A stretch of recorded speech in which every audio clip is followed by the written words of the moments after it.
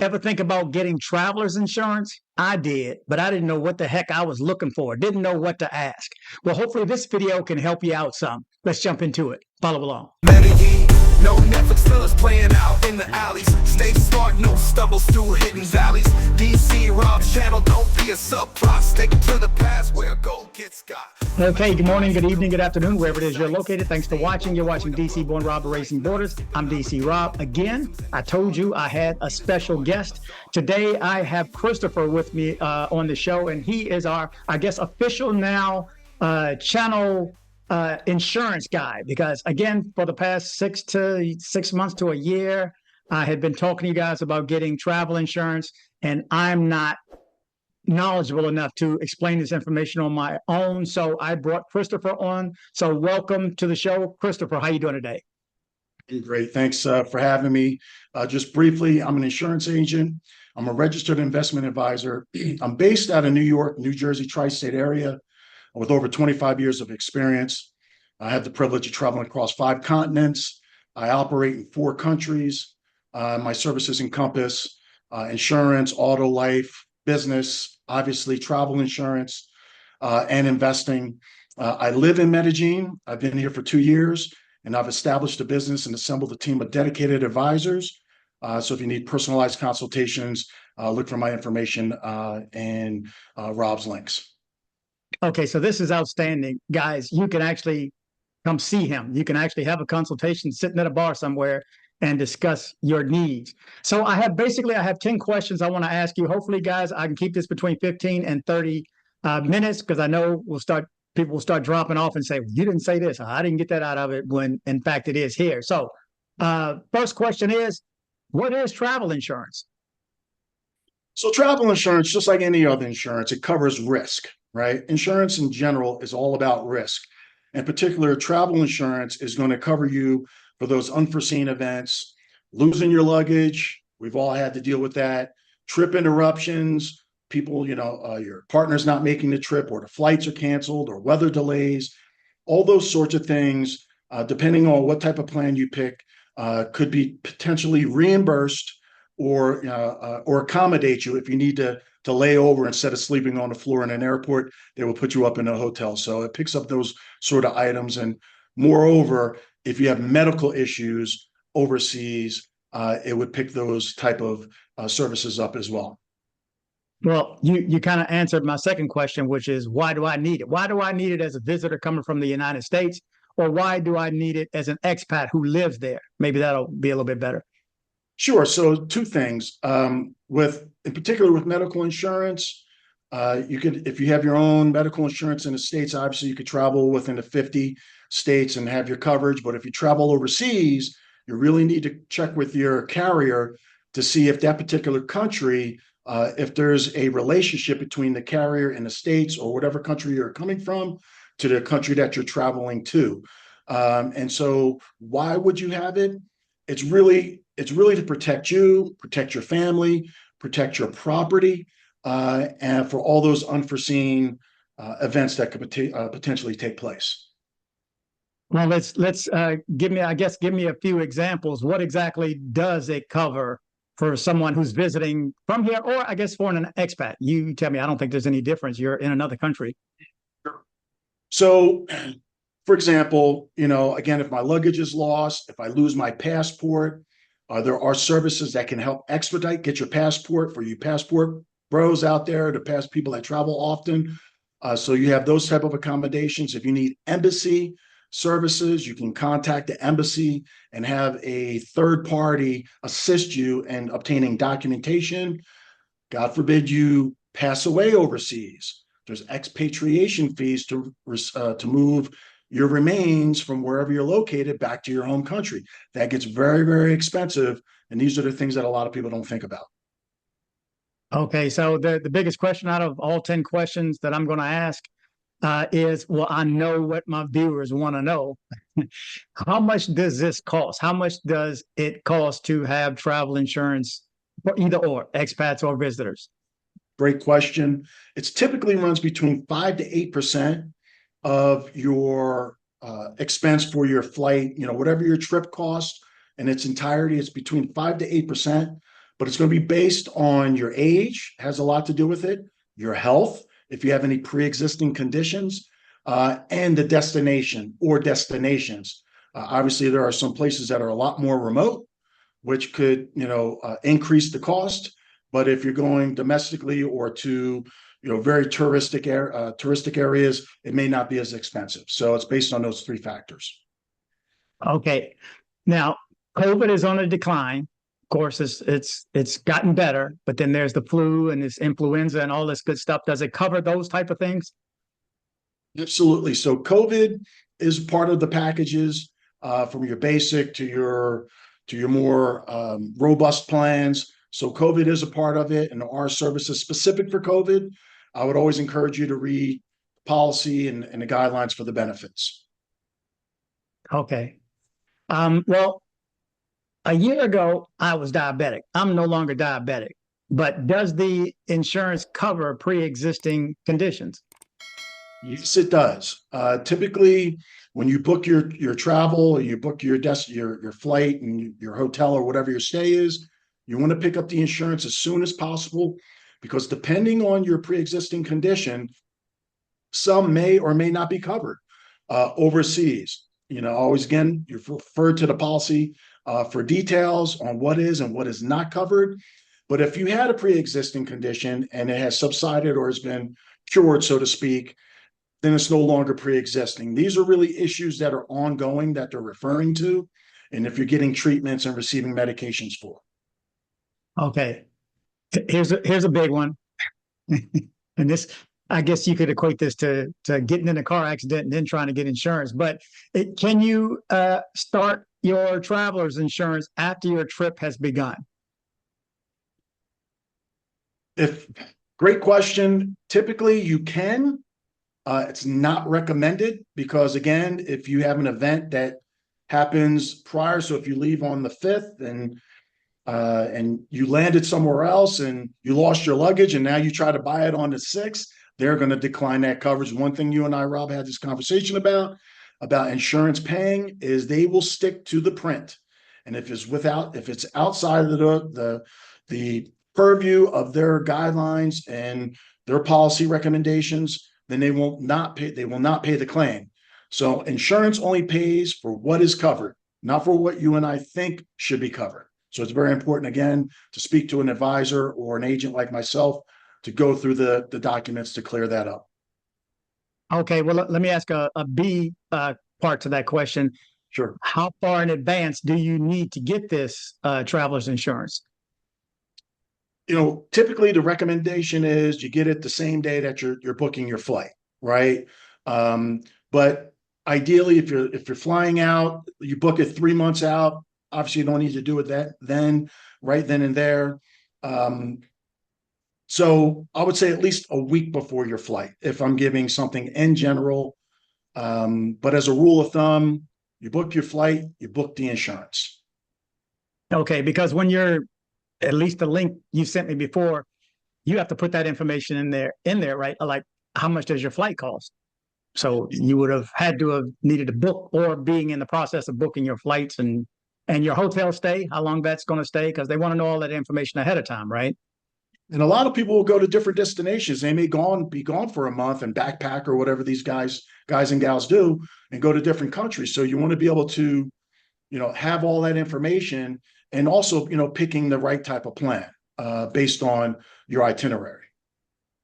Okay. And again, that's where the expert comes in. And again, guys, this is why I brought Chris on, because I don't know.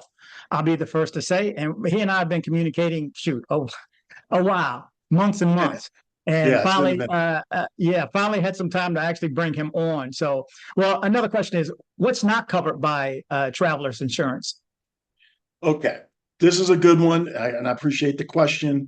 If you're in different countries doing nefarious acts and something happens to you medically due to a criminal activity, you're not covered. If you're doing fraudulent activity, it's not covered. So, and again, those are times that you have to have a conversation with an agent like myself, say, hey, these are the things I'm going to be doing. These are the type of activities: paragliding, parasailing, zip lining. you want to have that that conversation to make sure those type of activities are covered. Generally, because those are typically touristic activities. But again, you want to have the conversation about what type of activities you're going to be engaged in, and will those be covered? Okay, I got you. Now, let's say I'm walking around Medellin, which Yep. is known not to have the smoothest of sidewalks and curbs and streets and everything else you're going to walk on. People remember to look down. I mean, just get in the habit of doing this because the streets are lacking and they don't take care of the potholes that they have in the curbs, and just the manhole covers just missing, straight up missing. So what's the procedure? What's the process of filing a claim if I do happen to step in one of these holes and break my leg? Great question. The lower tier plan is a secondary plan, which means, and that all that means is that the coverage from your home country is primary. So if you're in the United States, your Horizon, Aetna plan, whatever that is in your home state, would be primary in the event of an accident outside of the country. So the lower tier plan, the policy only kicks in secondarily. Your home country would be primary. Now, to answer your question, if you have the middle to upper plan, then the plan is primary, and you would contact me or the carrier directly. They would pay the facility directly. It's an indemnity plan, which is really the best plan to go because you're not coming out of pocket, right? You don't have to be reimbursed. So, if you got a $10,000 medical bill, and I know, Rob, you've mentioned this in your videos before, you want an empty credit card for emergencies, you would have to utilize that and then submit your claim to be reimbursed. Where if you have the middle to upper plans type of plans, they would pay the facilities directly. Okay, and that's exactly the question I just wrote down. Are they going to pay it when you go to the hospital and say, "Oh, I have insurance," and you contact them and they take care of it, or do you have to pay it and get reimbursed? And that brings up another question: if you're getting reimbursed, how long does it take to get that money back? Well, everything being equal, everything is in good order. You filed the claim paperwork properly. In general, in insurance terms, it's usually 10 to 14 business days of processing. Everything being in good order, right? You got the documentation, you got your payment information. They received everything, and they said they received everything is in good order. Insurance companies don't have a problem paying as long as things are in good order. If your documentation is not proper, it's going to take a while. Okay, so I've gone through my 10 questions, but just to discuss a question that I brought up the other day, I said, look, I've always told you, I always thought that insurance companies, their whole goal is not to have to pay. And what did you tell me when I said that? So what I said is they don't have a problem paying as long as it's within the fine print of what is covered. If it's not covered, they'll just decline you. Have a nice day. But if it's covered, they are obligated to pay, and they have no problem paying. So it's really incumbent upon the person buying the policy to know what they're buying. Don't assume anything. Don't assume logically, like we all think logically. Insurance companies, they don't think logically. They're businesses. Their job is to make money and provide a service. And if the claim is not within, their policy documents, they will deny the claim. So it's important to understand where you're going, what activities you're going to be involved in, and what type of coverages you need. And so just like anything else, you want to do your homework and your due diligence. Okay. So what if there's a guy that's watching this video that's just like me? I don't know what questions to ask. Do you have a list of questions that you ask them? Are you going to zip line? Are you going to do this? How long are you going to stay? Where are you going to be? Do you ask them a list of questions, or do you expect them to come with that information already? No, as an advisor, but again, I've been doing this 26 years. I like to have a conversation, say, hey, where are you going? What are things you're going to be participating in? And then we can kind of steer the plan. And I do that with all the insurance that I offer, whether it's auto insurance, homeowners, life insurance, if you're doing investing, 401ks, 403bs, it doesn't matter. It's all about a conversation about the particular individual and finding the right tool.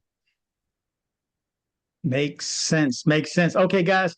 Now, you have a person there You've just officially met Christopher. So you have a person who has boots on the ground in Medellin, Colombia, and that is offering this type of service. And this is something that you can reach out to him way in advance of you coming down. If you know you're coming next month, and I know a few of you guys are coming this week, coming next week, coming 3 weeks, because you tell me. So you can reach out to him. I will make sure that his contact information is in the description of this video right here. And I may even put something at the end of all the videos to remind you, because this is important. I have slipped. Okay, I've added the one to my flight plans where it says, okay, if you lose my luggage or the flight is delayed or whatever, they take care of that. So I have paid those few dollars, or maybe my hotel. If you want to guarantee, you want to cancel at the last minute without anything, I've made those payments, but not traveler's insurance. I have never used traveler's insurance before, but I will tell you this. My next trip to Medellin, Colombia, which is hopefully in the next month or so, I will be having this traveler's insurance. So, and I would advise you to also. But before we jump out of here, Christopher, is there anything else that you wanted to leave the viewers with? So, I'm here, like you said, Rob, I'm boots on the ground. I have a business here.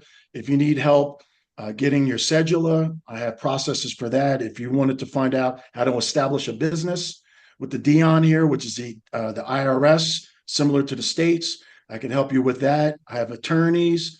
I have people that can help you get your driver's license.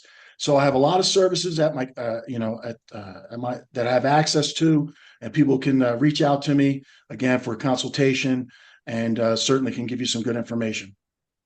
Okay, excellent. Much thanks. Guys, I don't know what more you need from this video than the information that was already offered, except for that initial consultation. So again, Christopher's information will be in the description of this video. And again, I may put something at the end of all the videos too, because this is something that this is important. Again, my whole goal with this channel is to make sure that you guys do travel wherever. And it doesn't matter wherever. I'm sure Christopher can get you insurance. You don't have to be going to Medellin, but he just happens to be there. That's what this channel focuses on. Make sure you get traveler's insurance, because I have a story right now that I have to read, unfortunately, and it's coming soon. Well, you would have seen that before you even see this video right here, so you'll know what I'm talking about. But again, thank you, Christopher. I appreciate you coming on. Thank you so much for the information. My pleasure. Look out for guys reaching out to you soon. Appreciate that. Thanks, Rob.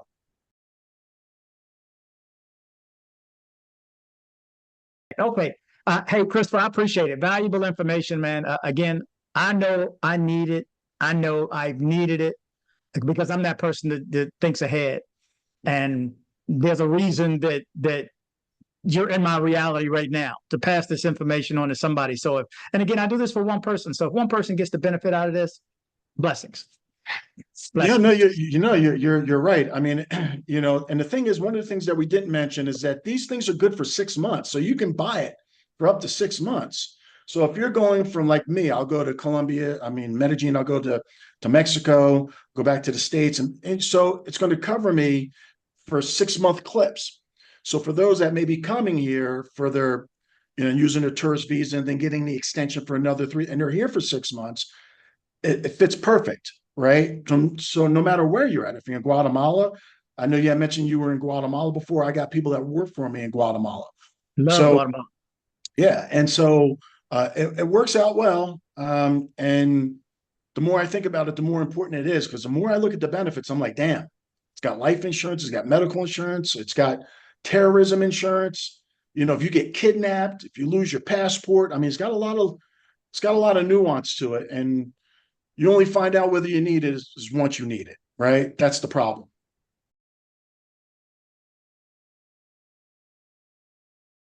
We should have brought up the kidnapping part then. That's okay. Again, I'll create something, because people, hey, that's their fear, and somebody's going to get kidnapped. Yeah, and again, it's getting kidnapped. It just may not be an American. It happens. I watch the news every day, so this stuff is happening, and they may be kidnapped only for 2 days while they extort them and take all their money. It will pay the extortion, depending on the plan. It'll pay for the extortion. Yeah, we should have brought that up. I'll make sure. Yeah. On behalf of the flight crew, thank you for flying with us, and have a pleasant day.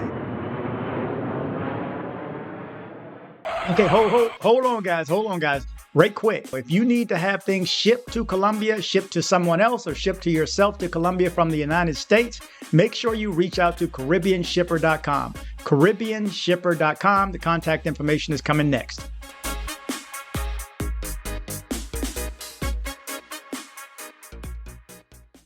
Join me on social media. I am dcbornrob official on Instagram. I am dcbornrob official 1 on TikTok. I am dcbornrob O on Twitter. Don't be like this guy right here. You're just so stupid. I had to send you a video to let you know that you're so stupid. That's right. Don't be like this guy right here. Join me on social media. Headed to Medellin, Colombia? See my guy Andres with Nomad Travel for safe airport pickups and drop-offs and tours. Contact information in the description below. If you're in Medellin and you need dental work done, from a basic cleaning to major reconstructive surgery, come see my guy, Dr. Carlos Maury. Contact information in the description below.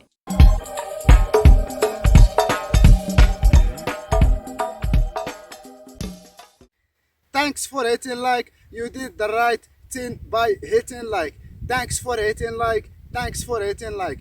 DC Born Rob.